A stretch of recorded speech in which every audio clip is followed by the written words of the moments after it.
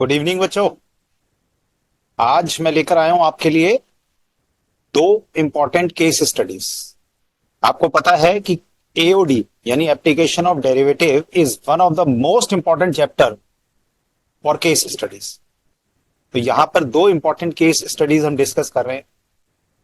In case studies को शुरू करने से पहले आप एक बात समझिए कि इन केस स्टडीज के थ्रू आप ये दो केस स्टडीज तो करेंगे, लेकिन आप ये भी देखेंगे कि ऐसी केस स्टडीज को सॉल्व करने का तरीका क्या है। आप देखेंगे कि ये जितनी भी ऐसी केस स्टडीज होती हैं वो बेसिकली उन्हीं कॉन्सेप्ट पर बेस्ड हैं जो कि हम नॉर्मल चैप्टर में पढ़ते हैं। तो एप्लीकेशन ऑफ डेरिवेटिव स्टूडेंट्स ने मुझे कहा कि सर इस पर एक वीडियो बना के डालें आप, तो इसीलिए एप्लीकेशन ऑफ डेरिवेटिव पर दो केस स्टडीज कर रहे हैं। थोड़ा डिफरेंट है केस स्टडीज। तो आइए शुरू करते हैं। सबसे पहला सबसे पहली केस स्टडी है, पहले पढ़ते हैं। ये कहते हैं an architect designs a building for a multinational company. The floor consist of a rectangular region with semi circular ends having a perimeter of 200 metre as shown below. वैसे जब हमें क्वेश्चन दिया हुआ होता है केस स्टडी का, तो जरूरी नहीं है कि उसके अंदर हमारी जो फिगर है उसकी कोई इंपॉर्टेंस हो, लेकिन यहां पर इंपॉर्टेंस है। क्यों? क्योंकि यहां पर फिगर हमें देखनी पड़ेगी, तभी हम काम कुछ कर पाएंगे। तो देखिए क्वेश्चन क्या कहता है। क्वेश्चन कहता है कि एक डिजाइन ऑफ द फ्लोर हमें गिवन है, और इस डिजाइन ऑफ द फ्लोर में आप देखिए एक तो ये शेडेड पोर्शन है और दूसरा अनशेडेड पोर्शन है। तो ये जो अनशेडेड पोर्शन है, ठीक है, जिसको मैं येलो कलर से हाईलाइट कर रहा हूं, ये दो तरह से है, ये दो तरफ है। और अगर आप इसकी शेप को देखें तो ये सेमी सर्कुलर है। तो पहली बात तो हमें ये समझनी चाहिए कि क्वेश्चन में हमें दो वेरिएबल्स बता दिए इन्होंने, एक तो एक्स और दूसरा वाई। एक तो एक्स और दूसरा वाई। अच्छा, अगर मैं पेरीमीटर की बात करता हूं तो देखिए मैं दूसरी फिगर में जाता हूं। मैं दूसरी फिगर में जाता हूं। अगर हम पेरीमीटर की बात करेंगे बच्चों, तो पेरीमीटर कौन सा होता है? ये जो हमारा है ना, ये वाला एरिया नजर आ रहा है जो ग्रीन कलर से मैं कर रहा हूं हाईलाइट, ये जो एरिया है ना, ये मेरा टोटल पेरीमीटर है। पेरीमीटर का मतलब होता है बाउंड्री, चार दीवारी। ठीक है, पेरीमीटर का मतलब है बाउंड्री। तो ये टोटल पेरीमीटर क्वेश्चन में गिवन है कि ये हमारा 200 मीटर है।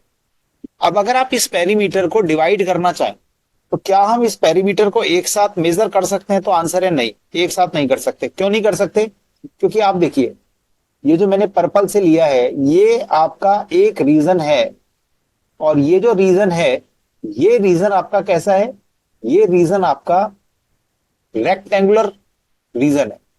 ठीक है, और इसके अलावा दो और हैं जो सेमी सर्कुलर एंड्स है। अब क्वेश्चन शुरू करने से पहले हमें एक बात समझनी चाहिए कि ये जो क्वेश्चन में दो रीजन गिवन है, क्या हम इन रीजन को किसी और तरह से डिफाइन कर सकते हैं? तो देखिए यहां पर थोड़े से ज्योमेट्री का एक फॉर्मूला यूज होगा, और वो फॉर्मूला कौन सा यूज होगा? यहां पर एक फॉर्मूला हमारा यूज होगा जिसके अंदर हम ये कहते हैं कि एरिया ऑफ ए ट्राइंगल कैसे निकलेगा। ठीक है, एरिया ऑफ ए ट्राइंगल, नहीं sorry, area of a circle कैसे निकलेगा। तो देखिए हमने पढ़ा हुआ है, अगर मुझे एक सर्कल दिया हुआ है, अगर मुझे एक सर्कल दिया हुआ है, तो ये जो सर्कल है, इस सर्कल के ये जो चारों कोने हैं, यानी जिसे हम सरकमफ्रेंस कहते हैं, जिसको हम यहां पर पेरीमीटर भी कहते हैं। तो पेरीमीटर होता है 2 पाई आर, और एरिया ऑफ ए सर्कल होता है पाई आर स्क्वायर। ठीक है, लेकिन यहां पर हाफ है, तो ये जो हाफ पोर्शन है, पोर्शन हाफ पोर्शन का, इसका मतलब है हाफ पोर्शन। और हाफ पोर्शन नहीं कहें तो मैं उसे कह सकता हूं सेमी सर्कुलर। तो ये जो सेमी सर्कुलर है, उस सेमी सर्कुलर का पेरीमीटर क्या होगा बताओ? इसका पेरीमीटर हो जाएगा आधा, हाफ ऑफ 2 पाई आर, इसका मतलब पाई आर। इसी तरह से अगर हम इस हाफ का सेमी सर्कुलर का एरिया देखें तो ये हो जाएगा 1/2 पाई आर स्क्वायर। ठीक है, इतनी नॉलेज लेकर हम आगे चलते हैं और देखते हैं कि क्वेश्चन में क्या है। अभी तो हमने सिर्फ क्वेश्चन रीड किया है, और क्वेश्चन में सिर्फ एक बात समझ में आ रही है कि हमारे पास जो शेप दी हुई है, डिजाइन दिया हुआ है, उस डिजाइन में दो चीजें हैं, सेमी सर्कुलर भी है और दूसरा रेक्टेंगुलर भी है। अच्छा एक बात और है, एक बात और देख ले, ये जो डिस्टेंस है ये वाला, ये जो है ये आपको कितना दिया हुआ है, ये आपको y दिया हुआ है। अगर ये y दिया हुआ है तो इसका मतलब देखिए, मैं ना इस शेप को दोबारा बनाता हूं, मैं शेप को दोबारा बनाता हूं ताकि मैं आपको समझा सकूं।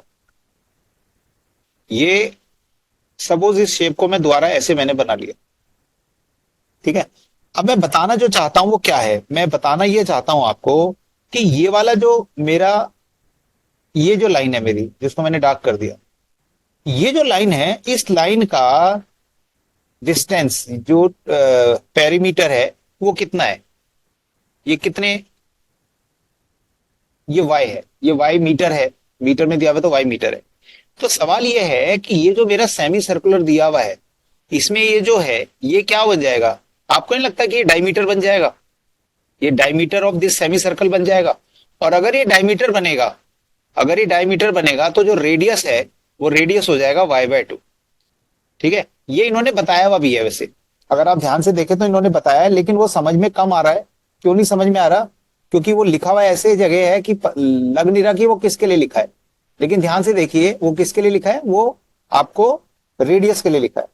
यहां तक समझ में आई बात ये, ठीक है जी। ये मैंने क्या बताया आपको, मैंने आपको ये बताया है कि ये जो y/2 लिखा हुआ है ना, ये यहां से यहां तक का है, यानी यहां से यहां तक का है, क्योंकि ये सेम है, ठीक है। अब हमने क्वेश्चन पढ़ लिया, अब हम देखते हैं एक एक करके क्वेश्चन में पूछा क्या गया।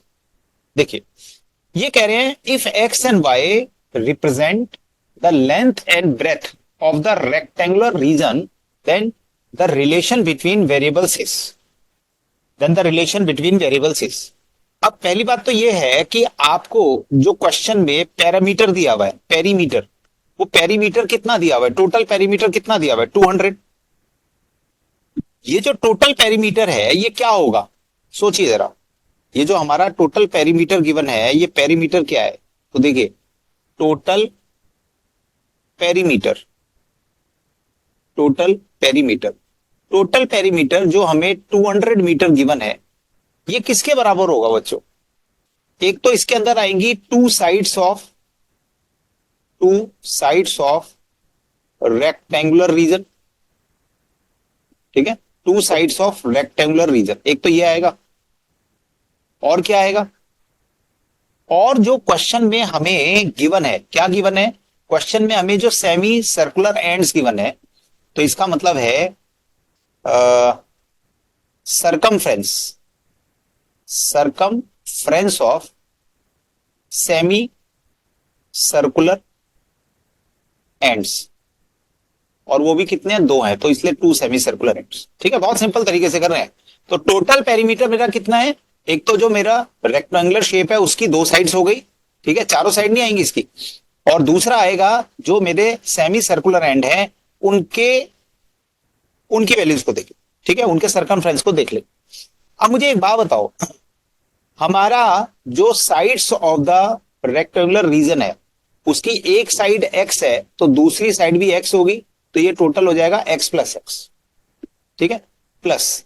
अभी मैंने आपको बताया था कि जो हमारा सर्कल होता है, जो हमारा सर्कुलर होता है, सर्कल होता है, उस सर्कल में जो टोटल, ये जो मेरा सर्कल है, मैंने ये सर्कल द्वारा बनाया, इस सर्कल की जो टोटल सरकमफ्रेंस है यानी टोटल पेरीमीटर है, वो पेरीमीटर कितना होता है 2πr।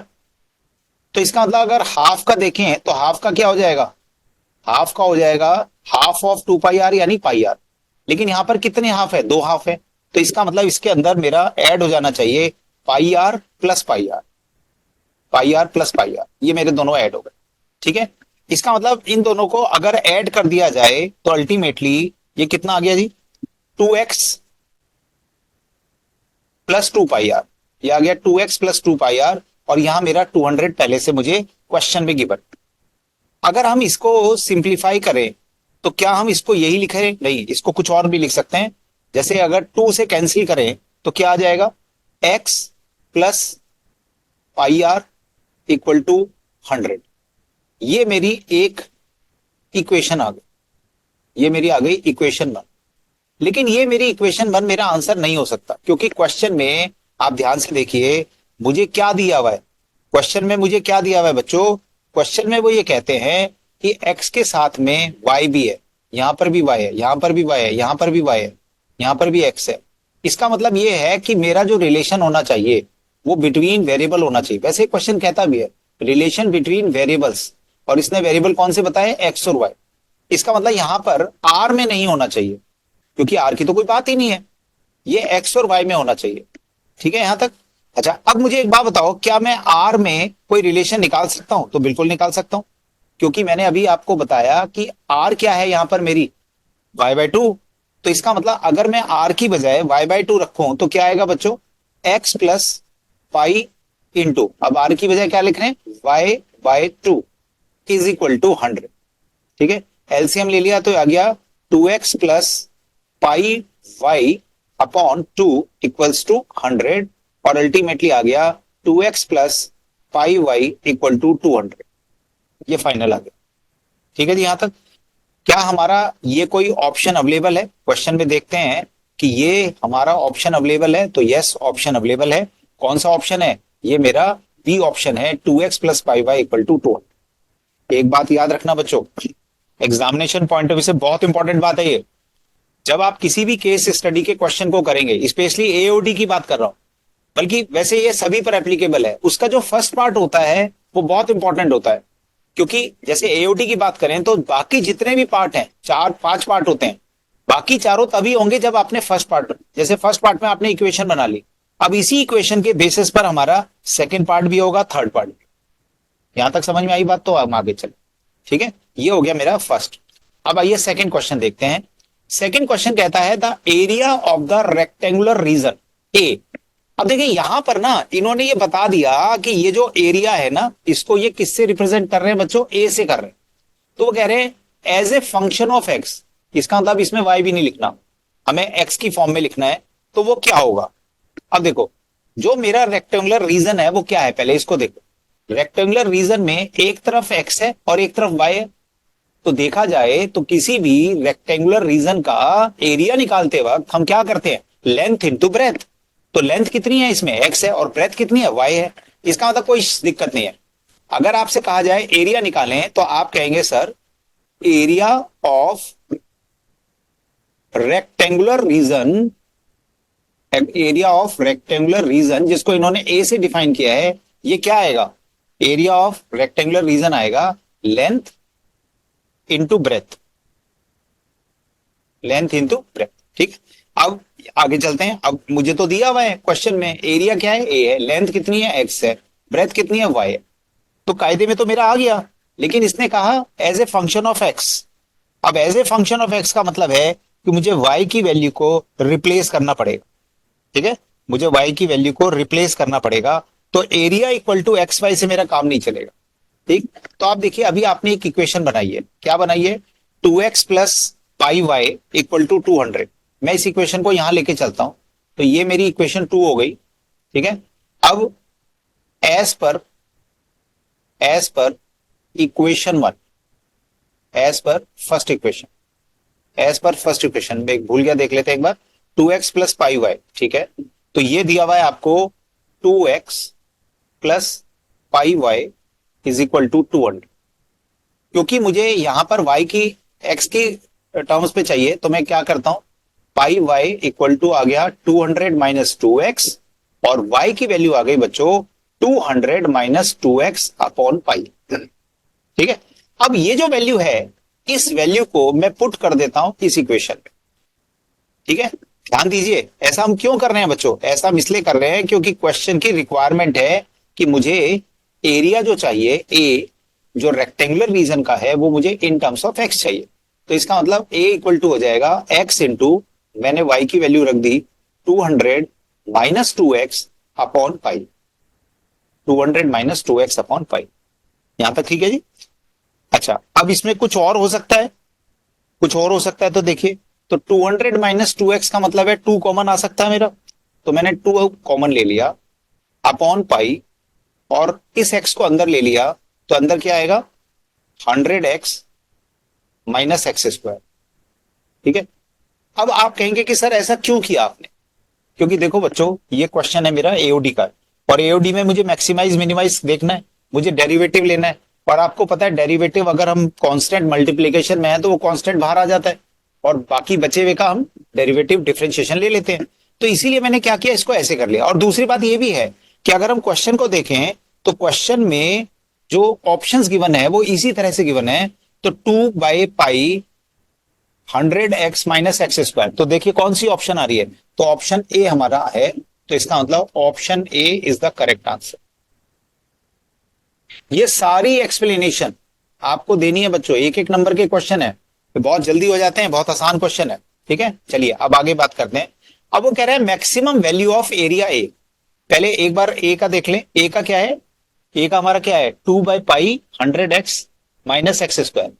पहले मैं ए लिख लेता हूं, तो ए इक्वल टू मेरा आया है 2/पाई, ठीक है, और अंदर क्या था 100x माइनस एक्स स्क्वायर। एक बार चेक कर लेते हैं, 100x minus x square, 100x minus x square, बिल्कुल ठीक। अब मुझे एक बात बताओ यार, ये तो बहुत सिंपल हो गया। अगर मुझे इसकी मैक्सिमम वैल्यू निकालनी है तो बताओ, पहले मैं रिवाइज कराता हूं, कंडीशन क्या है, कंडीशन क्या है, कंडीशन ये है कि जो मेरा फर्स्ट डेरिवेटिव है dA/dx वो जीरो होना चाहिए, और d2a/dx स्क्वायर, d2a/dx स्क्वायर ये क्या चीज है, सेकंड डेरिवेटिव है, ये क्या होना चाहिए, ये नेगेटिव होना चाहिए, यानी लेस देन जीरो होना चाहिए। किसके लिए, फॉर मैक्सिमा। तो ये कंडीशंस हम ध्यान रखेंगे जो हमने चैप्टर में पढ़ी हुई है। ठीक है, अब अप्लाई करते हैं यहां पर, चलिए अप्लाई करते हैं। तो मेरे पास क्या है, एरिया दिया हुआ है, तो मैं पहले निकालता हूं dA/dx। अब देखिए कितना आसान हो गया, क्योंकि हमने 2/पाई को तो बाहर रख लिया। ठीक है, अब 100x है, 100x का डेरिवेटिव क्या होगा, 100 होगा, और एक्स स्क्वायर का क्या होगा, 2x होगा, बात खत्म। अच्छा एक काम करते हैं, मैंने क्लास में ही बताया था कि जब आप ऐसे डेरिवेटिव निकालें तो सेकंड डेरिवेटिव साथ साथ निकालें। तो 2/पाई को तो हमने बाहर ले लिया, 100 का डेरिवेटिव हो गया 0, और -2x का हो गया -2, तो अल्टीमेटली ये आ गया -4/पाई। इसका मतलब ए की कोई भी वैल्यू ले लो, हमारा सेकंड डेरिवेटिव क्या है, नेगेटिव ही है। ठीक है, अच्छा अब मैं देखता हूं कंडीशन क्या है मेरी, for maxima, for maximum area, for maximum area क्या होना चाहिए, फर्स्ट डेरिवेटिव यानी dA/dx should be equal to 0, dA/dx should be equal to 0। अब ये मेरा 0 होना चाहिए।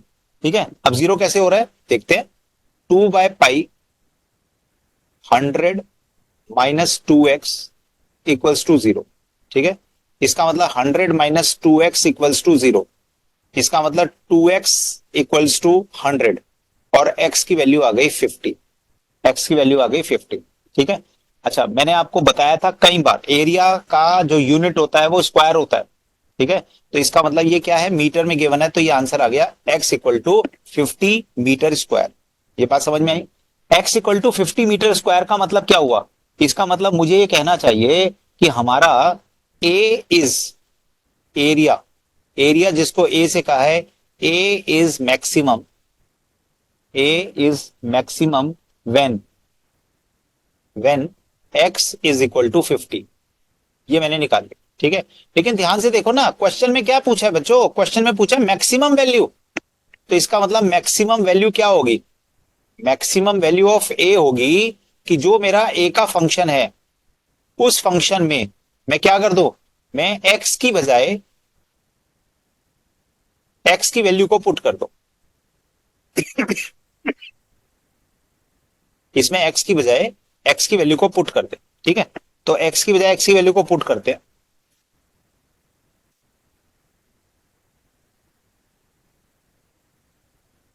हाँ जी, अब क्या क्या है मेरे पास 100x, तो 100 इंटू एक्स की वैल्यू है 50 माइनस 50 का स्क्वायर, माइनस 50 का स्क्वायर, सॉल्व कर लेते हैं। ये आ गया 2/पाई, 50 इंटू 100 का मतलब हो गया बच्चों 5000, और ये क्या हुआ 5 5 25, ये हो गया 2500। तो अल्टीमेटली अंदर कितना बचा 5000 माइनस 2500 का मतलब 2500, और इंटू 2 करेंगे तो दोबारा 5000 हो जाएगा, तो ये आ गया 5000/पाई। ठीक है, लेकिन वंस अगेन ये एरिया है तो metre square, once again metre square में आ जाएगा। अब देख लीजिए हमारा ऑप्शन क्या आ रहा है, 5000/पाई, 5000 अपॉन पाई मीटर स्क्वायर। तो इसका मतलब मेरा करेक्ट ऑप्शन क्या आ गया? सी। तो इसका मतलब इसका option C is the correct answer. ठीक है, ये सारी वर्किंग में रिपीट कर रहा हूं, आपको दिखानी चाहिए। अच्छा, अब ये कहते हैं the CEO of the company is interested in maximise the area of the whole floor. ओ, अब वो कह रहा है पूरे फ्लोर के एरिया को मैक्सिमाइज करना है। अब मुझे एक बात बताओ, अगर मैं पूरे फ्लोर का एरिया लूंगा तो फ्लोर के एरिया में कौन कौन सा एरिया आएगा? ये वाला एरिया तो आ ही जाएगा, ये जो अभी हमने बात करी वो एरिया तो आएगा। तो पहले मैं एक काम करता हूं, मैं लिखता हूं let be the area of the whole floor, जो क्वेश्चन में पूछा गया है। ठीक है, पूरे फ्लोर का मुझे एरिया निकालना है। अब पूरे फ्लोर का एरिया निकालने के लिए क्या होगा? बी इक्वल टू क्या होगा? दो चीजें होंगी, एक तो होगा एरिया ऑफ रेक्टेंगुलर रीजन, एक तो होगा एरिया ऑफ रेक्टेंगुलर रीजन, और दूसरा क्या होगा बच्चों? दूसरा होगा area of circular semi circular ends semi circular ends. अब अगर हम एरिया की बात कर रहे हैं तो एरिया ऑफ रेक्टेंगुलर रीजन तो अभी हमने देखा था, भाई क्या था? एक बार देख लेते हैं। हमारा एक्स इंटू वाई था, रेक्टेंगुलर रीजन तो यही है, एक्स इंटू वाई। तो इसका मतलब एरिया हमारा हो गया रेक्टेंगुलर रीजन का, तो हो गया एक्स इंटू वाई। ठीक है, और उसका क्या होगा? Twice of. अब एरिया सेमी सर्कुलर का क्या होगा? मैं यहीं पे बताता हूं, दोबारा वापस जाने की बजाय। देखो, ये मेरा सर्कल है, ठीक है, ये मेरा सेमी सर्कल है। तो मुझे बताओ, जो टोटल एरिया होता है वो होता है पाई आर स्क्वायर। टोटल एरिया होता है पाई आर स्क्वायर। तो सेमी का क्या होगा? सेमी का जो एरिया होगा वो होगा 1/2 पाई आर स्क्वायर, यानी पाई आर स्क्वायर अपॉन 2। ठीक है, लेकिन कितने हैं? 2 हैं। तो इसका मतलब 2 सेमी का क्या होगा? 2 सेमी को 2 से मल्टीप्लाई कर दो। सही है, तो इसलिए मैंने 2 से मल्टीप्लाई करके, और यहां मैं लिख देता हूं pi r square upon 2, pi r square upon 2।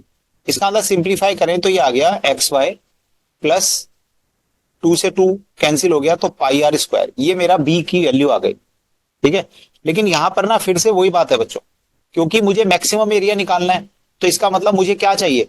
Maximum area निकालने का मतलब है कि मुझे वैल्यूज चाहिए एक्स की टर्म्स में। यहां पे 2 वेरिएबल हैं, ठीक है, तो और एक मुझे आर भी गिवन है, यहां पर मुझे आर को भी हटाना चाहिए यहां पर। ये बात समझ में आ रही है? तो मैं एक तो आर को हटाऊंगा यहां से, दूसरा वाई को हटाऊंगा। अब वाई को हटाने के लिए मुझे क्या करना चाहिए? एक बार वापस देखना पड़ेगा। देखिए, वाई का क्या रिलेशन था? वाई का क्या रिलेशन था? अच्छा, ये रहा वाई का रिलेशन, ये रहा वाई का रिलेशन हमारा था कि वाई इज इक्वल टू है 200 माइनस 2x अपॉन पाई। ये तो हुआ मेरा वाई का रिलेशन। और आर का क्या था? What is are? आर था हमारा पाई बाय 2। ठीक है, तो चलिए वापिस आते हैं, हम ये पार्ट कर रहे थे।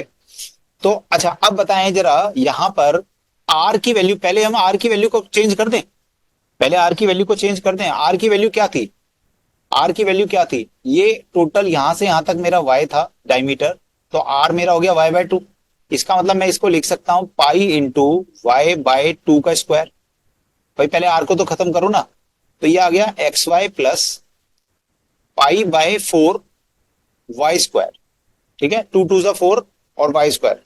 अब आप कहेंगे सर पाई बाय 4 को बाहर क्यों रख लिया? अरे बाहर इसलिए रख लिया ना भाई, बाहर इसलिए रख लिया ताकि हम उसे मल्टीप्लाई करेंगे, क्योंकि मुझे वाई की वैल्यू को तो चेंज करना है। ठीक है, तो चलो वाई की वैल्यू को चेंज करा जाए। अब मैं वाई की वैल्यू को लेता हूं, एक बार फिर देखना पड़ेगा वाई की वैल्यू क्या थी। वाई की वैल्यू क्या थी? 200 माइनस, ये यहां पे लिखी हुई ना, 200 minus 2x, 200 minus 2x upon पाई। ठीक है, तो इसका मतलब यहां लिखता हूं मैं x 200 माइनस 2x अपॉन पाई। ठीक है, प्लस पाई बाय 4, ये तो दिया हुआ ही है। अब स्क्वायर है, स्क्वायर का मतलब है 200 माइनस 2x अपॉन पाई का होल स्क्वायर। वैसे तो अगर मैं देखूं तो यहां से भी मैं काम चला सकता हूं, लेकिन जब मुझे डिफरेंशिएशन लेना है ना, तो मुझे जितना सिंप्लीफाई इसे कर सकता हूं मुझे कर लेना चाहिए, क्योंकि उससे मुझे ही फायदा होगा। तो मैं क्या करता हूं, इसे सिंप्लीफाई करने की कोशिश करता हूं। पहले मैं x अपॉन पाई इसको बाहर ले लेता हूं, तो अंदर कितना बचेगा? 200 माइनस 2x, 200 माइनस 2x। इसी तरह यहां अगर हम पाई बाय 4 में पाई स्क्वायर बाहर ले लें तो अंदर क्या बचेगा, 200 माइनस 2x का स्क्वायर। ठीक है, 200 माइनस 2x का स्क्वायर। अब देखिए यहां पाई ऊपर भी है और पाई स्क्वायर नीचे है, इसका मतलब ये हो गया x upon pi 200 minus 2x plus 1 upon 4 पाई और 200 माइनस 2x का होल स्क्वायर, ये आ गया। ठीक है, क्या मेरा यहां तक काम बन गया? नहीं बना अभी। ठीक है, इसे एक बार देख लेते हैं, x upon pi 200 minus 2x, तो इसका मतलब b की वैल्यू क्या आ गई मेरी, b की वैल्यू क्या आ गई, x अपॉन पाई और 200 माइनस 2x प्लस, एक बार देखना पड़ेगा, 1 अपॉन 4 पाई, 1 अपॉन 4 पाई और स्क्वायर है। ठीक है, 1 अपॉन 4 पाई और अंदर आ गया 200 माइनस 2x का स्क्वायर। ठीक है, अब अगर आप ध्यान से देखें तो इसमें एक तो पाई मुझे कॉमन नजर आ रहा है, एक तो पाई कॉमन नजर आ रहा है। ठीक है, और क्या कॉमन नजर आ रहा है, एक तो पाई कॉमन है और क्या है, और 200 माइनस 2x। तो मैं एक काम करता हूं बच्चों, 200 माइनस 2x अपॉन पाई को कॉमन ले लेता हूं। ठीक है, इसको कॉमन ले लिया तो अंदर क्या बचेगा, सोचो अंदर क्या बचेगा, अंदर बचेगा x और इसमें से इसमें क्या बचेगा, एक बचेगा 200 माइनस 2x। ठीक है, और बाहर तो हमने खाली पाई को लिया है तो अपॉन 4 भी बचेगा। स्क्वायर होगा, बोलिए स्क्वायर होगा नहीं होगा, स्क्वायर क्यों नहीं होगा, स्क्वायर क्यों नहीं होगा, क्योंकि एक तो बाहर ले लिया ना हमने। ठीक है यहां तक। अच्छा अब इसको और सिंप्लीफाई करो जरा, ये आ गया 200 माइनस 2x अपॉन पाई, राइट, और अंदर आ गया 4x plus 200 minus 2x divided by 4, divided by 4। इसका मतलब 200 माइनस 2x अपॉन पाई और अंदर कितना आ गया, अंदर कितना आ गया, 4x और माइनस 2x यानी 2x प्लस 200 अपॉन 4, अपॉन 4। ठीक है जी यहां तक। अच्छा अब क्या करें, अब इसको मल्टीप्लाई भी कर सकते हैं, इसका मतलब ऊपर आ गया 200 माइनस 2x और 2x प्लस 200, ठीक है, डिवाइडेड बाय 4 पाई। इसको चाहते तो हम कैंसिल भी कर सकते थे, कोई बात नहीं, एक ही बात है, कोई फर्क नहीं। अच्छा आगे बढ़ते हैं, अब क्या करें, 200 माइनस 2x और 2x प्लस 200, 2x से पहले मल्टीप्लाई किया, 200 इंटू 2x, ये हो गया 400x minus 2x into 2x यानी 4x स्क्वायर, फिर 200 से मल्टीप्लाई किया प्लस 2 2 जा 4 और कितना आ जाएगा 40,000, बिल्कुल, और ये आ जाएगा minus 400x whole divided by 4 pi. ठीक है, अब देखो जरा कुछ कैंसिल हो रहा है, बिल्कुल हो रहा है, ये 400x और 400x ये कैंसिल हो गए, एक तो काम कैंसिल होने का ये हो गया, तो अल्टीमेटली ये क्या बचा बच्चों मेरे पास, ये मेरे पास बचा माइनस 4x स्क्वायर।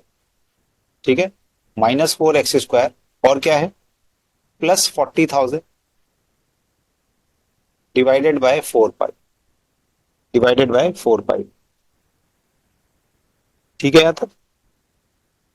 अच्छा अब मुझे मैक्सिमम करना है, तो वैसे तो मैं 4 भी कॉमन ले लें, 4 कॉमन ले सकते हैं, 4 को कॉमन निकाल के हटा दें, बिल्कुल हटा देते हैं, तो ये आ जाएगा माइनस एक्स स्क्वायर प्लस 10,000, ठीक है, अपॉन 4 1 जा 4।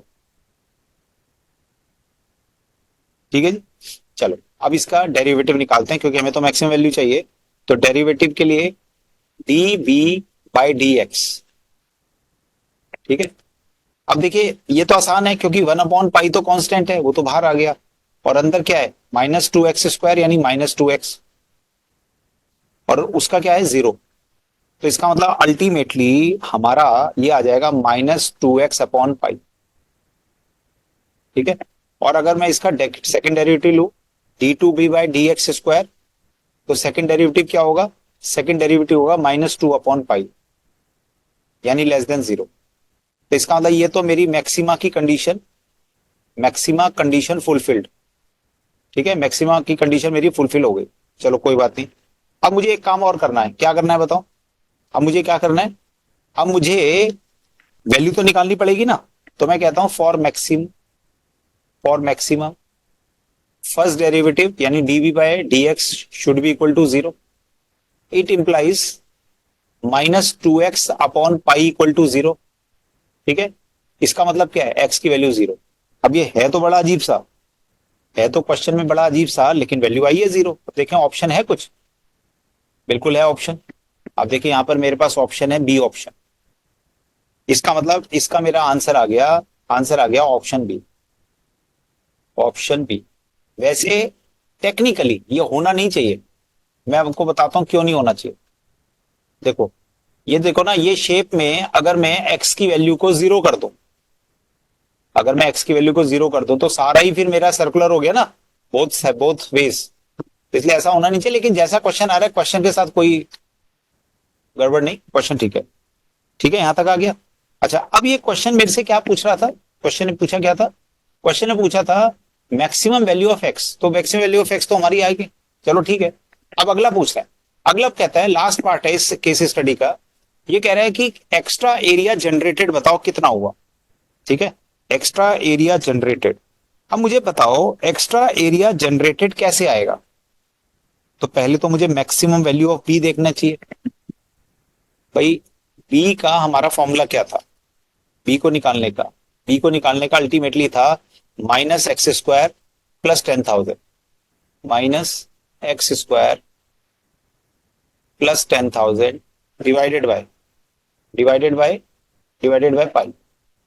ये मेरा बी है। ठीक है, और तो मैक्सिमम वैल्यू ऑफ बी क्या होगा? मैक्सिमम वैल्यू ऑफ बी क्या होगा? When x is equal to zero. अभी हमने निकाला था, जब मेरी x की वैल्यू जीरो है तो b की वैल्यू मैक्सिमम है। बोलो, तो इसका मतलब मैक्सिमम वैल्यू कब होगी? -0 का square plus 10,000 divided by pi. ठीक है, तो ये कितना आ गया? ये आ गया 10,000 अपॉन पाई मीटर स्क्वायर, क्योंकि एरिया है बी। ठीक है, अच्छा, ये है मेरी मैक्सिमम वैल्यू ऑफ बी। अब मुझे एक बात बताओ, क्या मुझे पता है कि मेरी मैक्सिमम वैल्यू ऑफ ए कितनी है? मैक्सिमम वैल्यू ऑफ ए कितनी है? भाई, हमें मैक्सिमम वैल्यू ऑफ बी देख लिया ना। अब मैक्सिमम वैल्यू ऑफ ए, अच्छा मैक्सिमम वैल्यू ऑफ ए क्या? हमें तो एक्स्ट्रा एरिया देखना है। हमें एक्स्ट्रा एरिया देखना है ना, तो सीधा एक्स्ट्रा एरिया निकालते, छोड़ो इसे, छोड़ो इसे, हम निकालते हैं एक्स्ट्रा एरिया। ठीक है, तो मैं लिखता हूं extra area, extra area generated, extra area generated, extra area generated. तो पहले तो देखिए कि हमारा पुराना एरिया क्या था। ठीक है, तो पुराना एरिया क्या था? 10,000। नहीं, नया वाला एरिया कितना है? 10,000 अपॉन पाई। और पुराना कितना था? पुराना शायद 5,000 था। बिल्कुल, ये 5,000 अपॉन पाई था। तो इसका मतलब ये है, इसमें से लेस कर दो 5,000 अपॉन पाई, तो अल्टीमेटली बच गया 5,000 अपॉन पाई। और क्योंकि एरिया है तो मीटर स्क्वायर। तो इसका मतलब ऑप्शन हमारी क्या आ गई? देख लीजिए कौन सी ऑप्शन आनी चाहिए। तो ऑप्शन आ गई मेरी, कौन सी ऑप्शन है? 5,000 upon pi metre square. Second B option हमारा आंसर आ गया। तो आंसर आ गया मेरा बी ऑप्शन। ठीक है बच्चों, ये जो केस स्टडी हमने की है ना, इस केस स्टडी में जो फिगर था उसकी इंपॉर्टेंस है। ठीक है, चलिए आगे चलते हैं विदाउट वेस्टिंग टाइम। अब ये एक और केस स्टडी, ये मैंने आपके सैंपल पेपर से लिए। याद है जब 2021-22 में टर्म वाले एग्जाम वाले पेपर थे, वो वाला पेपर लिया मैंने। पहले इसे पढ़ने की कोशिश करते हैं कि क्वेश्चन क्या क्या रहा है। ये कह रहा है consider the following regarding speed and cost of running A train. अब देखो यहाँ पे ट्रेन बना के दे दी, इंडियन रेलवे की एक ट्रेन बना के दे दी। ठीक है, मुझे इसकी कोई जरूरत है नहीं, ये वैसी फिगर बना के दे दी। मैं भी कह रहा था ना जब मैंने केस स्टडी 1 किया था कि कभी कभी फिगर की इंपॉर्टेंस है, कभी कभी नहीं है। तो इसमें फिगर की कोई इंपॉर्टेंस नहीं है। ठीक है, आगे चलते हैं। ये कह रहा है फ्यूल कॉस्ट पर आवर। ये बहुत इंपॉर्टेंट क्वेश्चन है, ध्यान से समझिए। ये कह रहा है जो फ्यूल की कॉस्ट है ना, जो 1 घंटे में लगती है पर आवर, वो डिपेंड करती है कि उसकी स्पीड कितनी है। इसका मतलब है ज्यादा स्पीड होने पर फ्यूल भी हमारा लग रहा है, क्योंकि ये कह रहा है कि ये प्रोपोर्शन है square of the speed, square of the speed. और फिर इसने ये भी बता दिया कि फ्यूल कॉस्ट हमारी 48 पर आर है अगर हमारी स्पीड 16 पर आर है, ठीक है। और ये फिक्स कॉस्ट इसने बता दी, फिक्स चार्जेस हमारे टू रन द ट्रेन है 1200, लेकिन ये भी पर आर गिवन है। Assuming that the speed of the train is v kilometre पर आर। तो यानी इसमें तो बहुत सारी बातें दे दी इसने। आप देखिए इसमें कितनी सारी बातें दे दी। तो अब इसको कैसे किया जाए, सोचो जरा, इसको करने का तरीका क्या है। क्या इसके लिए मुझे कुछ एजम्पशंस को लेना चाहिए? बोलो। पहली बात तो समझिए कि क्या एजम्पशन लेनी चाहिए, बिल्कुल लेनी पड़ेगी। क्यों? क्योंकि मुझे fuel cost per hour given नहीं है। मुझे इन्होंने बताया कि जो मेरी फ्यूल कॉस्ट है वो होती है स्पीड के प्रोपोर्शन में, ठीक है। इसका मतलब मेरी फ्यूल कॉस्ट क्या होगी? क्वेश्चन के मुताबिक जो हमारी फ्यूल कॉस्ट होगी वो होगी कितना? वो होगी इन प्रोपोर्शन टू, मतलब इसको ऐसे लिखता हूं, इन प्रोपोर्शन टू। कैसे? स्पीड, और स्पीड का भी स्क्वायर, ठीक है, इन प्रोपोर्शन। अब मुझे एक बात बताओ, जो बेसिक मिस्टेक बच्चा कर सकता है, क्या मैं ऐसा कह सकता हूं इस क्वेश्चन में कि जो मेरी फ्यूल की कॉस्ट है वो इक्वल टू स्पीड स्क्वायर है? क्या मैं ऐसा बोल सकता हूं? तो आंसर है नहीं, नहीं कह सकते ऐसा। क्यों नहीं कह सकते? क्योंकि इसने बताया प्रोपोर्शन है, तो यहां पर एक फैक्टर भी होगा, कोई यहां पर एक कांस्टेंट फैक्टर होगा, तभी ये इक्वल टू में आएगा। तो आइए क्वेश्चन पढ़ते हैं, उसमें क्या लिखा हुआ है। देखो पहला क्वेश्चन ये कह रहा है given that the fuel cost per hour is k times. देखो दे दिया ना इसने, यहां पर इसने यहां पे बता दिया ये क्या है, के टाइम्स, के टाइम्स दिया हुआ। तो क्या किया जाए? तो इसका मतलब सबसे पहला काम तो मुझे ये करना पड़ेगा कि मैं एज्यूम करता हूं लेट फ्यूल कॉस्ट, क्योंकि क्वेश्चन में पर आर की बात कर रहा है तो मैं पर आर लिख देता हूं। Let fuel cost per hour is equal to rupees x, क्योंकि वो तो एक्स में रुपीज में ही होगा। अच्छा, स्पीड ऑफ द ट्रेन कितनी दी हुई है? Speed of train, speed of train, speed का इन्होंने मुझे बताया है कितना है, v किलोमीटर। तो स्पीड ऑफ द ट्रेन है मेरी v किलोमीटर पर आर, v किलोमीटर पर आर, ठीक है। अब ये कहता है जो फ्यूल कॉस्ट है वो कैसे दी हुई है? ये कहता है फ्यूल कॉस्ट जो है वो मेरी कितनी है?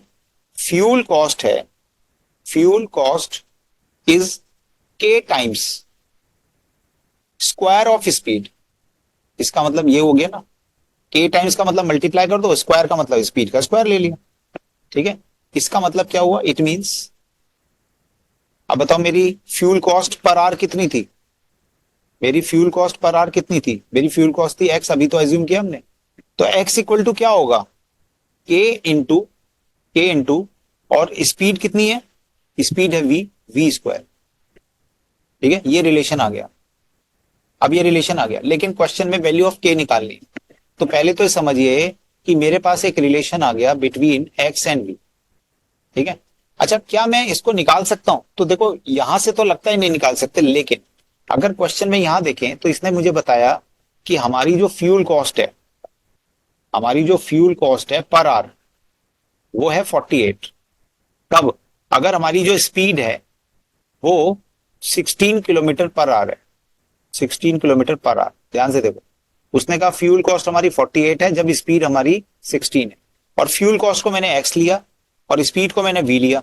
इसका मतलब आपको लगता नहीं कि एक रिलेशन गिवन है, ठीक है। तो मैं लिखता हूं as per question, as per question when speed is, when speed is, देख लो कितनी है, 16 kilometre per hour, when speed is 16 kilometre per hour, per hour, then fuel cost per hour, ये भी पर आवर में है, ध्यान देना। Then fuel cost per hour कितनी दी हुई है? ये फ्यूल कॉस्ट दी हुई है 48, तो ये दी हुई है ₹48, ये दी हुई है ₹48। तो इसका मतलब एक रिलेशन गिवन है कि जब x की वैल्यू 16 है, 16 है, नहीं नहीं सॉरी सॉरी एक्स नहीं, सॉरी एक्स नहीं, एक्स तो हमारा क्या है? एक्स तो हमारी फ्यूल कॉस्ट है। तो इसका मतलब क्या कह रहे हैं? इसका मतलब जब हमारी x की वैल्यू 48 है फ्यूल कॉस्ट, तो उस केस में v की वैल्यू हमारी 16 है, ये दिया हुआ, ठीक है। तो चलिए इस चीज को पुट कर देते हैं ऊपर वाली इक्वेशन में। तो x की वैल्यू कितनी है? 48, के हमें नहीं पता, और स्पीड कितनी है 16 का स्क्वायर, स्पीड है 16 और इसका स्क्वायर लेना है। ठीक है, तो अब देखिए के की वैल्यू क्या आएगी, के की वैल्यू आएगी 48 अपॉन 16 इंटू 16। ठीक है, 16 3 जा 48, तो ये आ गया 3 अपॉन 60, तो के की वैल्यू आ गई 3 अपॉन 60। तो इसका मतलब मेरा आंसर आ गया 3 अपॉन 60। ये बहुत इंपॉर्टेंट केस स्टडी है, बहुत अच्छी केस स्टडी है बच्चों। ठीक है, तो इसका मतलब अब जो है, वैसे मेरा आंसर तो ये आ गया, लेकिन आगे के क्वेश्चंस को करने के लिए अब मुझे एक रिलेशन पता लग गया। अब मुझे एक रिलेशन पता लग गया कि x is equal to 3/16 v square, ये मेरा x और v में रिलेशन मुझे पता लगा। ठीक है, तो ये मेरा आंसर आ गया। अब आइए आगे बढ़ते हैं। सेकंड ईयर के पूछ रहा है, सेकंड ईयर पूछ रहा है, बहुत अच्छा क्वेश्चन है। ये कह रहा है कि अगर ट्रेन ने 500 किलोमीटर का डिस्टेंस ट्रेवल किया है, then the total cost of running the train कैसे पता लगेगी। अब पहली बात तो ये है कि क्वेश्चन ने मुझसे कहा है टोटल कॉस्ट। ठीक है, क्वेश्चन अभी ये फ्यूल कॉस्ट की बात नहीं कर रहा, क्वेश्चन क्या कहता है, टोटल कॉस्ट। तो मुझे एक बात बताओ, cost of running, cost of running train पर आवर, 1 घंटे की क्या होगी per hour, cost of running train पर आवर कितनी होगी। सोचो जरा, क्वेश्चन में दो कॉस्ट गिवन है, एक तो क्वेश्चन में गिवन है फिक्स्ड चार्जेस, ठीक है, और एक है फ्यूल कॉस्ट, एक है फ्यूल कॉस्ट। लेकिन क्वेश्चन में ध्यान से देखें, क्वेश्चन में इन्होंने फिक्स चार्जेस जो दिए हैं ना, वो भी दिए हैं 1200 पर आवर, समझे, 1200 पर आवर। इसका मतलब ये जो मेरे फिक्स चार्जेस हैं, ये जो मेरे फिक्स चार्जेस हैं, ये कितने होने चाहिए, ये हो जाएंगे बच्चों मेरे 1200 पर आवर। ठीक है, और हमने फ्यूल की कॉस्ट को क्या एज्यूम किया था, हमने फ्यूल की कॉस्ट को एज्यूम किया था पर आवर एक्स, तो इसका मतलब ये हो गया मेरा एक्स, रुपीज एक्स पर आवर। ठीक है, और यहां हम क्या निकाल रहे हैं, पर आवर। इसका मतलब ये हुआ कि 1 घंटे अगर हम ये चलते हैं स्पीड, तो हमारी क्या वैल्यू आनी चाहिए, आंसर क्या आना चाहिए। तो ये तो डायरेक्ट आ गया हमारा, क्या आ गया, ये आ गया 1200 प्लस एक्स, 1200 प्लस एक्स। ठीक है, लेकिन 1200 प्लस एक्स से काम नहीं चलेगा। मैं क्या करता हूं, ये देखो, ये भी रिलेशन निकाला था ना, x equal to 3/16 v square, तो मैं यहां लिख लेता हूं एक्स की वैल्यू को, तो 1200 प्लस 3/16, 3/16 वी स्क्वायर, ये मेरा इक्वेशन आ गई। ठीक है, अब मुझे एक बात बताओ, क्या ये मेरा काम हो गया, नहीं हुआ, क्यों नहीं हुआ, क्योंकि क्वेश्चन ने मुझे कहा है डिस्टेंस 500 किलोमीटर। अच्छा, यहां ना एक बच्चा गलती कर सकता है, वो 500 से मल्टीप्लाई करके कहेगा कि ये आंसर आ गया, लेकिन गलत। क्यों गलत है, क्योंकि ये मुझे 1 घंटे, ये this is the cost of running train per hour, यानी 1 आवर में ट्रेन जो चल रही है उसकी मुझे कॉस्ट पता है। 500 किलोमीटर से मल्टीप्लाई करके काम नहीं चलेगा। या तो आप मुझे बताओ ना कि कॉस्ट ऑफ रनिंग ट्रेन पर किलोमीटर कितनी है, तब मुझे पता लगेगा। ठीक है, तो अब मुझे एक बात बताओ, एक छोटी सी ना, ये बचपन में जो हमने 12th में पढ़ा था ना, वो बचपन में 8th में पढ़ा था, वो यूज करते हैं। मुझे एक बात बताओ, अगर हमारी जो स्पीड है, अगर हमारी स्पीड है v kilometre per hour, v kilometre per hour, तो इसका मतलब है कि in 1 hour, in 1 hour v kilometres are covered, बोलो आर कवर्ड, v किलोमीटर। अरे भाई, स्पीड इक्वल टू क्या होता था, distance upon time, distance upon time ये होता था ना। तो इसका मतलब ये है कि अगर मेरी v किलोमीटर पर आवर है, तो इसका मतलब है, जैसे अब v से ना समझ में नहीं आ रहा, मैं आपको कहता हूं, अगर मेरी जो ट्रेन है वो चल रही है 200 किलोमीटर पर आवर, ये क्या चीज है, स्पीड है मेरी। ठीक है, तो इसका मतलब बताओ 1 घंटे में हम कितना रन करेंगे, तो आप कहेंगे सर 200 किलोमीटर, बिल्कुल ठीक बात है। तो इसका मतलब अगर मेरी ट्रेन की स्पीड v किलोमीटर है, तो कितना कवर करेंगे, v किलोमीटर, क्योंकि जैसे यहां पर 200 था वैसे वहां पर हमने v ले रखा है। ये बात समझ में आ गई, बोलो। इसका मतलब ये हुआ कि अगर अब हम इस क्वेश्चन को करें, तो मुझे क्या कहना चाहिए, अगर हम इस क्वेश्चन को करते हैं तो मुझे क्या कहना चाहिए बच्चों, मुझे कैलकुलेट करना पड़ेगा कॉस्ट ऑफ रनिंग। इसको हटा दूं मैं, इसको हटा देता हूं, इसको हटा देता हूं, नहीं तो ये मुझे तंग करेगा। इसको हटा दिया, ठीक है। अब सुनो जरा, बस खत्म होने वाला है, बाकी फिर हम नेक्स्ट वीडियो में मिलेंगे। इसके बाद मैं ना वीडियोस डालने वाला हूँ। कल को मैं वीडियोस डालूंगा जिसके अंदर हम बात करेंगे मोस्ट इंपॉर्टेंट 100 क्वेश्चन या most important 50 question. Topic wise डालूंगा, 5 वीडियोस डालूंगा, 5 पार्ट्स में डिवाइड करके, ठीक है। तो हम देखेंगे कि टॉपिक वाइज जितने भी क्वेश्चंस हो सकते हैं, चाहे वो एमसीक्यू हैं, चाहे वो डिस्क्रिप्टिव हैं, चाहे वो 2 मार्क्स के हैं, चाहे 3 मार्क्स के हैं, चाहे वो 4 मार्क्स के हैं, जितने भी हैं भैया, चाहे वीएस से हैं, उन सारे क्वेश्चंस को मैंने कंपाइल किया है जो मोस्ट इंपॉर्टेंट क्वेश्चंस है, ठीक है। तो वो आप वीडियो आपको कल मिलेगी, तो कल आप जरूर देखेगा। ये वीडियो देख लो पहले, इससे केस स्टडी समझ में आ गई, और उसके बाद वो आधे आधे घंटे की 5 वीडियोस होंगी, उससे आपको समझ में आ जाएगा कि मोस्ट इंपॉर्टेंट क्वेश्चंस कौन से हैं, ठीक है। तो पहले इसको कंप्लीट करते हैं। अब आप मुझे बताओ, cost of running, cost of running train पर किलोमीटर कितना होगा? पर kilometre, cost of running train पर किलोमीटर कितना होगा? ये कैसे निकालेंगे? हालांकि मैंने अभी बता दिया, लेकिन मैं फिर भी दोबारा कह रहा हूं, ये कैसे निकालेंगे? ये मैं निकालूंगा running cost, running cost per hour, 1 घंटे की running cost divided by distance covered in 1 hour, ठीक है। बहुत सिंपल कर दिया, डिस्टेंस कवर्ड इन 1 आवर, ठीक है। तो कैसे करेंगे इसे? हमारा 1200 प्लस 3/16 v², ये तो है मेरी कॉस्ट, और मैंने डिस्टेंस कितना कवर किया? डिस्टेंस कितना कवर किया? डिस्टेंस हमने कवर किया v। तो इसका मतलब इसको सिंप्लीफाई कर लो तो कितना आ गया?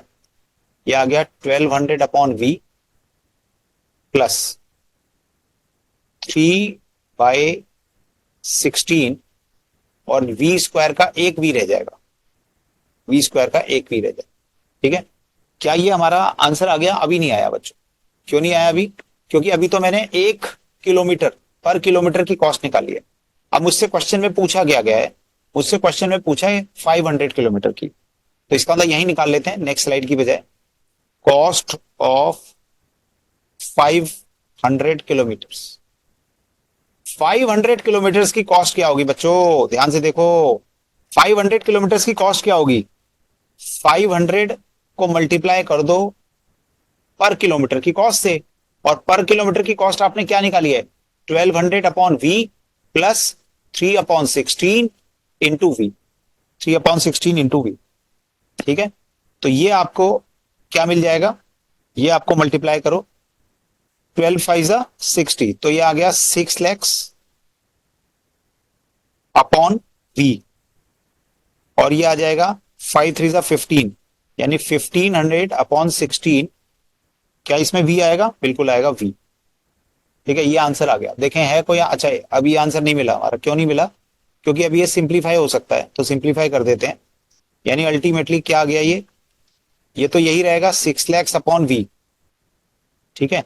और इसमें देखिए 4 से डिवाइड करो, 4×3 = 12, 30, 4×7 = 28, 20, 4×5 = 20, और 4×4 = 60। ये आ गया, ये आ गई बच्चों मेरी कॉस्ट। कौन सी कॉस्ट आ गई?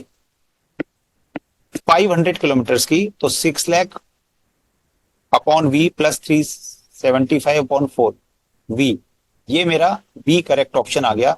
तो इसका आंसर आ गया मेरा option D, option B, sorry, option B, ठीक है। मैंने पहली कहा था शुरू करने से पहले, बहुत ही प्यारा क्वेश्चन है, और इसे करने में वाकई में थोड़ी सी प्रॉब्लम आ सकती है बच्चे को, इसीलिए मैंने इस केस स्टडी को लिया है। बहुत सारी इजी केस स्टडीज थी बच्चों, लेकिन मुझे खाली आपको केस स्टडीज नहीं करानी, मुझे 2 ऐसी केस स्टडी करानी थी जिससे आप समझें कि कैसे करना चाहिए, ठीक है। तो चलिए, अब ये कह रहे हैं the most economical speed to run the train क्या होगी, ठीक है। पहले तो मुझे एक बात बताओ, मोस्ट इकोनॉमिकल का मतलब क्या होता है? मोस्ट इकोनॉमिकल स्पीड का मतलब क्या है?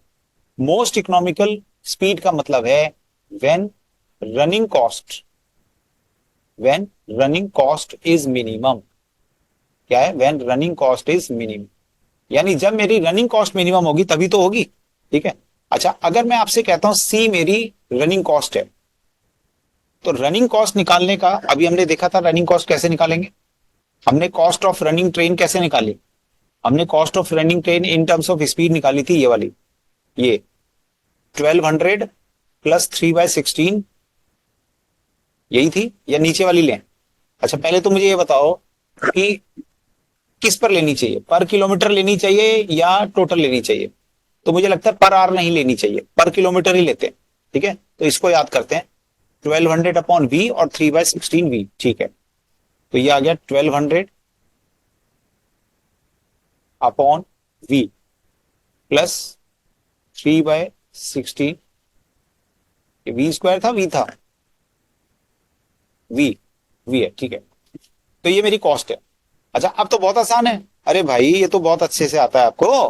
पहले आप निकाल लो डीसी बाय डीवी। ठीक है, अब देखो -1/x का क्या होता है? एक्स अपॉन 1/x का क्या होता है? -1/x²। तो इसका तो आ जाएगा -1200 अपॉन वी स्क्वायर। ठीक है, और इसका आ जाएगा 3/16। Okay, now let us find out second derivative. Second derivative में -1200 ले लिया तो ऊपर आएगा -2v, वी स्क्वायर का डेरिवेटिव, और नीचे आ जाएगा वी स्क्वायर का होल स्क्वायर, और 3/16 का तो जीरो हो जाएगा। तो अल्टीमेटली आ गया 12 टू ज़ा 24, 20 माइनस माइनस कैंसिल हो गए, डिवाइडेड बाय, अब ये v से v कैंसिल हो गया तो नीचे आ गया v की पावर 3, v की पावर 3 आ गया। ठीक है। अच्छा, क्वेश्चन में क्या क्या है? इकोनॉमिकल पूछी है। इकोनॉमिकल का मतलब क्या है? For minimum cost, for minimum cost. हमारी मिनिमम कॉस्ट के लिए बच्चों क्या होना चाहिए? For minimum cost first derivative should be equal to zero, first derivative should be equal to zero. ठीक है, तो इसका मतलब -1200 अपॉन वी स्क्वायर प्लस 3/16, ठीक है, should be equal to zero. तो एक काम करते हैं, 1200 upon v square equal to 3/16 कर देते हैं।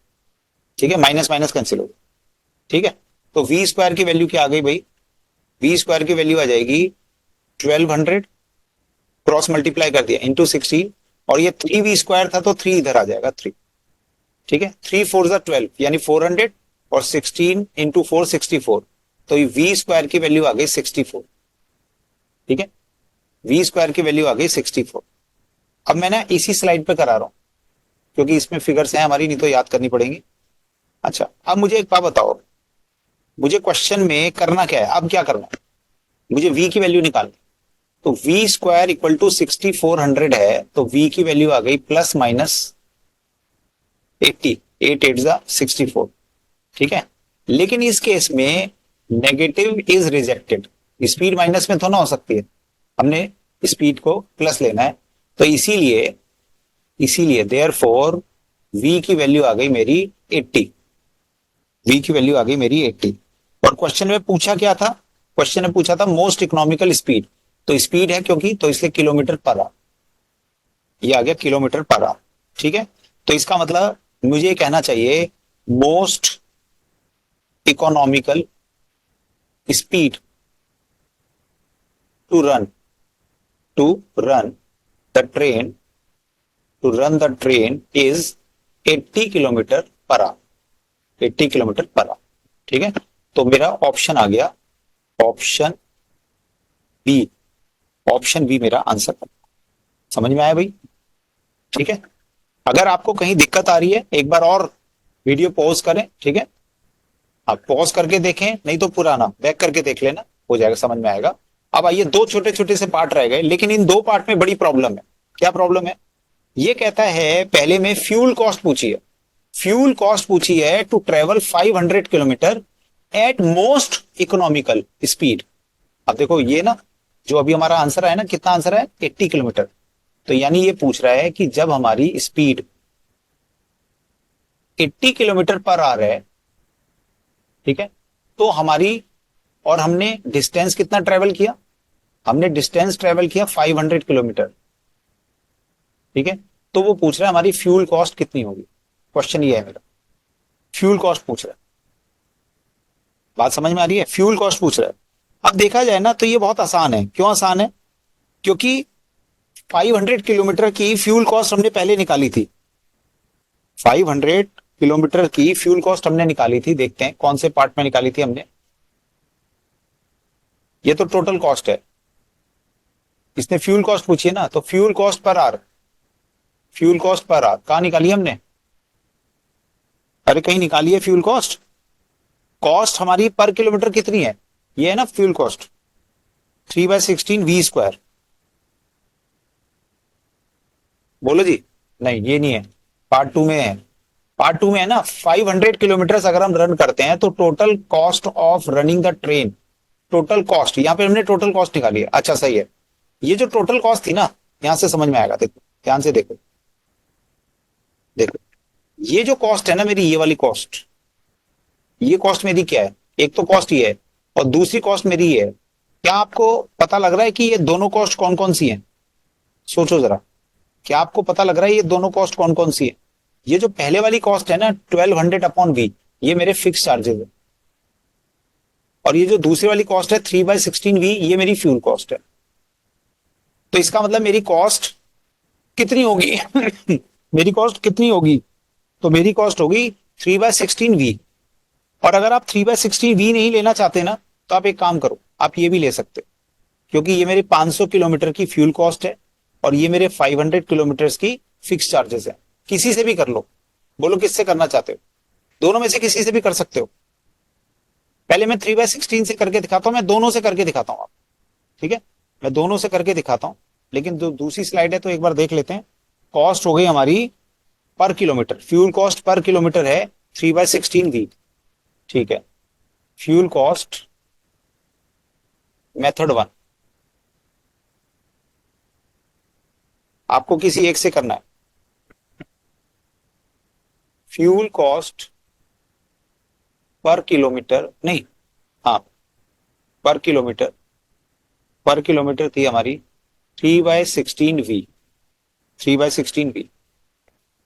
तो फ्यूल कॉस्ट फॉर 500 किलोमीटर कितनी होगी? 500 इंटू 3/16V, ठीक है। इसका मतलब ये कितना हो गया, 5×3 = 15, 1500/16V। अब मुझे स्पीड कितनी दी हुई है क्वेश्चन में, स्पीड कितनी है? 80। Economical speed is 80 kilometre per hour, 80 kilometre per hour, ठीक है। अगर 80 किलोमीटर पर आवर की स्पीड है तो मेरी फ्यूल कॉस्ट कितनी हो जाएगी? फ्यूल कॉस्ट कितनी फॉर 500 किलोमीटर्स? ये हो जाएगी बच्चों 1500/16 इंटू 80, ठीक है। अब देखो जरा, 80 को अगर हम करना चाहें, कैंसिल हो रहा है, बिल्कुल हो रहा है, 16×5 = 80, ठीक है। तो 15×5 = 75 और 2 0 और लगा दो, तो ये मेरी स्पीड हो गई, ये मेरी कॉस्ट हो गई। ये है मेरी पहली कॉस्ट, पहली। एक बार देखिए जरा हमारी सेकेंड मेथड की बात कर लेते हैं बच्चों। मेथड 2, कोई फर्क नहीं है मेथड 1 मेथड 2 में, समझ का फर्क है छोटा सा। देखिए हमने सेकेंड पार्ट में कॉस्ट निकाली थी, कॉस्ट ऑफ 500 किलोमीटर।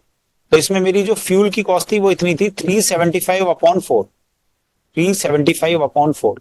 तो इसका मतलब मुझे लिखना चाहिए फ्यूल कॉस्ट 500 किलोमीटर 375/4V, ठीक है। तो fuel cost when speed is 80 kilometre per our क्या होगी? मल्टीप्लाई कर दो। अरे ऊपर वाला ही तो फिगर है भाई, 375/4 इंटू 80, तो अल्टीमेटली वही तो आ जाएगा 7500, ठीक है। जिन बच्चों को थोड़ा सा भी कंफ्यूजन है, मैं उन्हें एक चीज दिखाना चाहता हूँ, बताना चाहता हूँ। क्या है? देखो बच्चों, यहां मैंने ये जो फिगर निकाली ना डायरेक्ट, यहां जो फिगर निकाली, नहीं सॉरी, इसकी बात नहीं करते, इसकी बात नहीं, दूसरी बात करते हैं। जो मैंने ये जो कॉस्ट ली है, ये जो मैंने कॉस्ट ली है ना, ये वाली, ये कॉस्ट यही तो है। आप ध्यान से देखो, सेम ही तो है ये। ठीक है, सेम है, कोई फर्क नहीं। इसका मतलब हमारा 7,500 सी आंसर आ गया, 7,500। ठीक है। अच्छा, चार हो गए तो एक पार्ट और होगा, अभी उसको भी देख लेते हैं। ये कहता है टोटल कॉस्ट निकालो, ये कहता है टोटल कॉस्ट निकालो। अरे टोटल कॉस्ट आपको पता है कितनी है? हाँ पता है ना, टोटल कॉस्ट तो हमें पता ही है। टोटल कॉस्ट 500 किलोमीटर्स की कितनी थी? 500 किलोमीटर्स की टोटल कॉस्ट ये आई थी ना, 500 की टोटल कॉस्ट क्या है? 6 लाख अपॉन वी प्लस 375, ये है ना ये वाला 375। ठीक है, याद रखते हैं।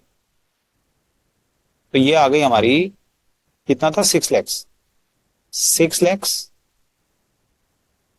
Upon v plus 375 upon 4 into v. ठीक है। अच्छा, अब देखो स्पीड कितनी है? When speed is 80 kilometre per hour. Question में ना मोस्ट इकोनॉमिकल। तो मेरी कॉस्ट कितनी आ गई?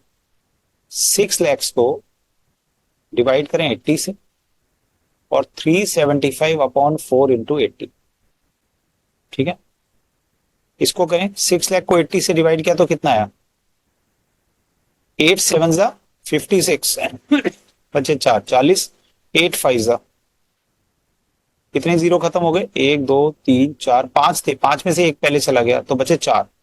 चार में से चार में से दो चले गए तो दो रह गए। ठीक है ना? गड़बड़ तो नहीं कर दी कुछ? चेक करो एक बार। 8 7 56। ठीक है, तो 7,500 तो ही आ गया। ठीक है, 7,500 तो ही आ गया। और दूसरे का तो अभी हमने निकाला ही था 7,500। तो टोटल हमारा कितना हो गया? टोटल मिलाकर हो गया 15,000। तो बच्चों ये 15,000 मेरा आंसर आ गया। ठीक है, ये 15,000 मेरा आंसर आ गया। अब देखिए एक बात मैं, और वैसे तो ये मेरी दो केस स्टडी में जो कराना चाहता था वो मेरी खत्म हो गई। ठीक है, अब दो बातें और आपसे करना चाहूँ। देखो 9th को आपका पेपर है, तो उसके लिए दो केस स्टडी मैंने कराई है। ऐसे ही सारी केस स्टडीज करनी है, यानी जो एक एक फोबिया है ना केस स्टडी का, वो अपने दिमाग से निकाल दीजिए बिल्कुल भी। कोई केस स्टडी में कोई प्रॉब्लम नहीं है, ये नॉर्मल क्वेश्चन है, बस उसके साथ एक फिगर दे देते हैं, जिस फिगर की या तो कोई इंपॉर्टेंस नहीं है या इंपॉर्टेंस है तो बल्कि हमारी हेल्प होती है उससे। जैसे अभी जो हमने क्वेश्चन किया था, ये वाला जो क्वेश्चन था, इसमें फिगर देने से तो हेल्प हो गई ना हमारी। ठीक है, तो जैसा भी हो वो हो जाएगा। ठीक है, तो इसे अच्छे से देख लीजिए और समझिए कि कैसे सॉल्व करना है। इसके बाद आपको कल वीडियो मिल जाएगी आपको, जिसके अंदर मोस्ट इंपॉर्टेंट क्वेश्चंस हम करेंगे। मतलब एक तरह से वो वाले क्वेश्चंस हैं जिनको एग्जाम में जाने से पहले आपको जरूर करना है। मैं ये नहीं कह रहा कि उन क्वेश्चंस को हमें करने से एग्जाम में वही वाले क्वेश्चंस आएंगे, ऐसा नहीं है। लेकिन वो सारे वो क्वेश्चंस हैं जिनसे पूरा चैप्टर आपका लगभग रिवाइज हो जाएगा, और वो इस बार के लिए इंपॉर्टेंट हो। ठीक है, till then bye bye and all the best, अच्छे से तैयार कर। ठीक है, बाय बाय। अच्छा हाँ, एक बात और है, अगर आप चाहते हैं कि आपको ये वीडियोस मिलें तो प्लीज आप सब्सक्राइब करें ताकि आपको नोटिफिकेशन अपने आप आ जाए। ठीक है, बाय बाय।